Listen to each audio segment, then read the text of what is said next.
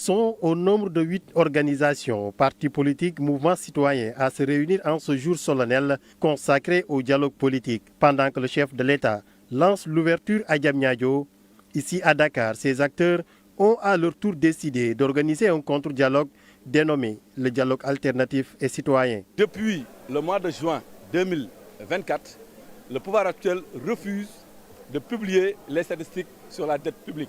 Ils sont en train de s'endetter à vitesse exponentielle sans pour autant rendre compte aux Sénégalais, alors que c'est une obligation.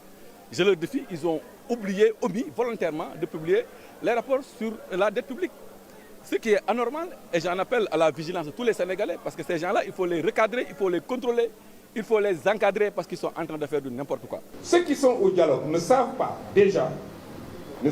que déjà, la majorité a organisé les commissions à sa guise.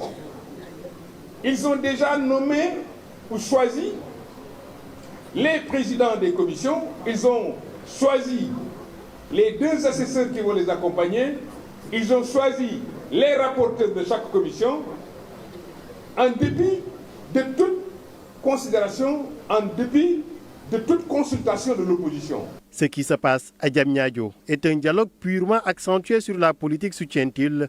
Aucune question sur l'économie.